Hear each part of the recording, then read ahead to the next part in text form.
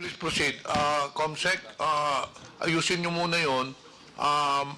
Then later on, we'll go back to it. Proceed with the questions. Thank you, Mr. Chair. So, Mr. Chair, questions directed to TikTok. So, I'm sure we've heard po, Paderna, yung ating sentiments from the PCG. Would you have any comment po in relation to the so-called, first part po, yung proliferating video with the fake news that China owns Palawan?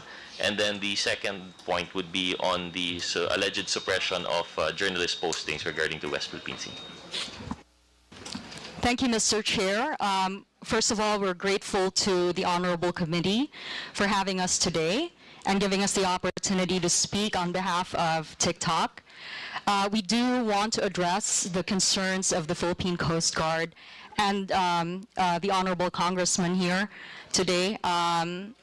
Actually, we do not allow misinformation that puts not just individuals at risk of harm, but we also do not allow misinformation that may cause societal harm.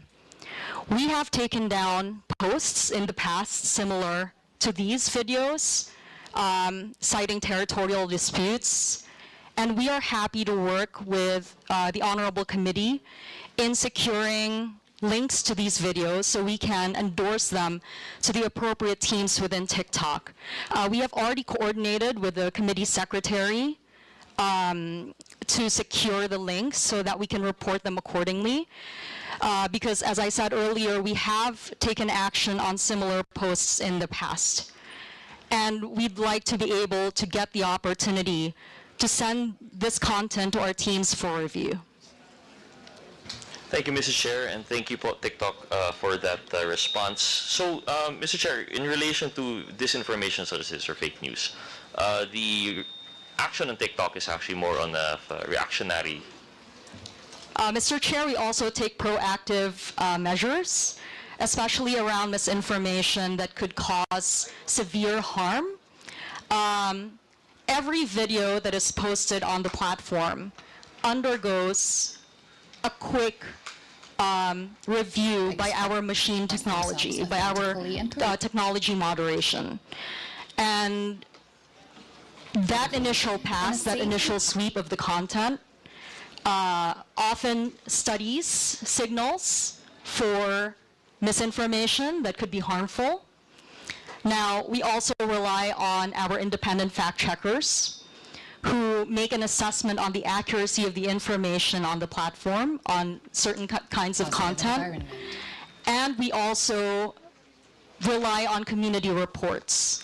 So user reports also assist us in spotting misinformation that violate our community guidelines. Thank you. Mr. Chair, sorry, let me just clarify po. No? While I understand that there would be these measures, for example, that you've mentioned, these community moderators, and the review upon posting, this would be actually after the fact that the video is posted, correct?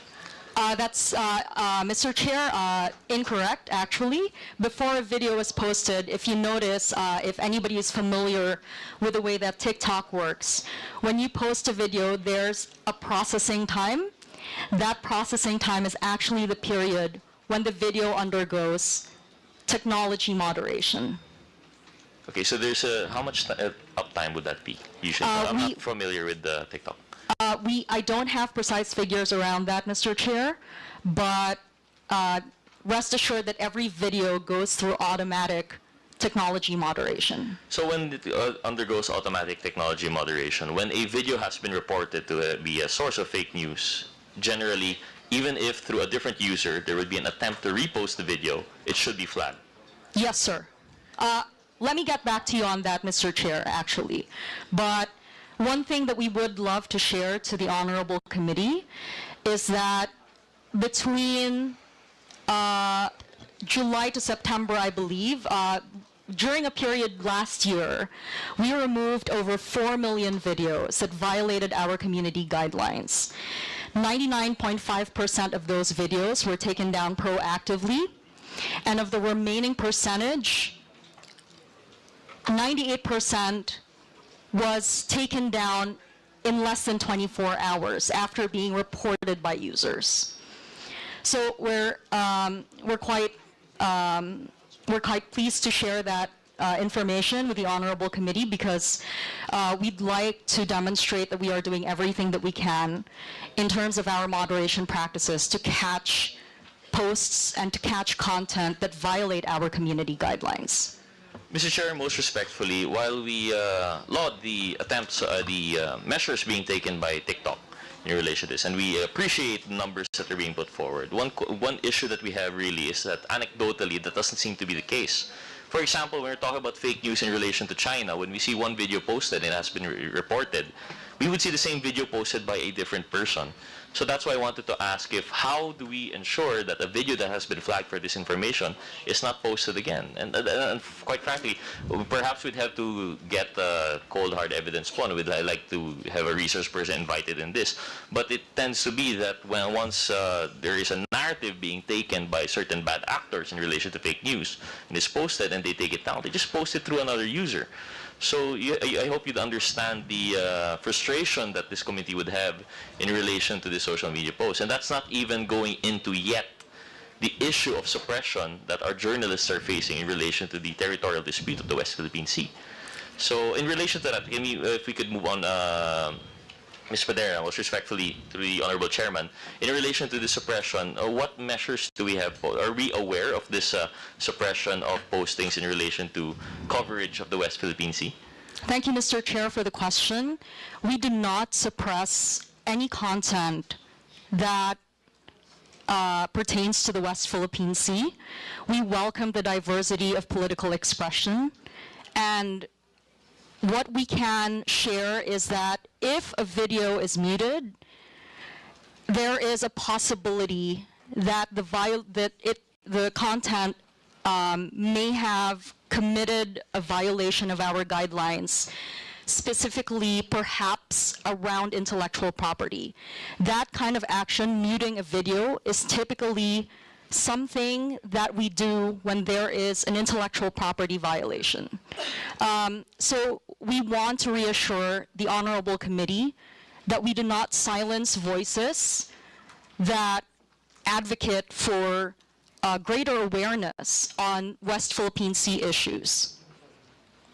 Thank you, Mr. Chair. I guess we are forced to take that on face value po, no? But as far as anecdotally, if I recall right, the video that was suppressed, I don't think there's an intellectual property issue. That was a coverage of yung journalist po having an altercation with yung counterparts sa China. Walang music naman na nagpo-play doon. In fact, nagmumurahan pa po sila. So, Mr. Chair, I guess to advance, to progress this issue siguro, we can ask the Honorable Comsec to, if we may po, Commodore Tariela, if you could point us in the right direction kung sinong journalist po ito that were allegedly suppressed, we could probably invite them or communicate with them through the committee secretariat. Then we can probably have them coordinate with TikTok, and we'll get to the bottom of this at a later hearing po, no? Because as it stands, it's going to be a anecdote versus general guideline. So if we're going to get into the specifics, probably at a later time when the resource person would be available po, no? Yes, Mr. Chair, and if I may, we're also happy to engage these personalities, these individuals from the press, to understand their experience.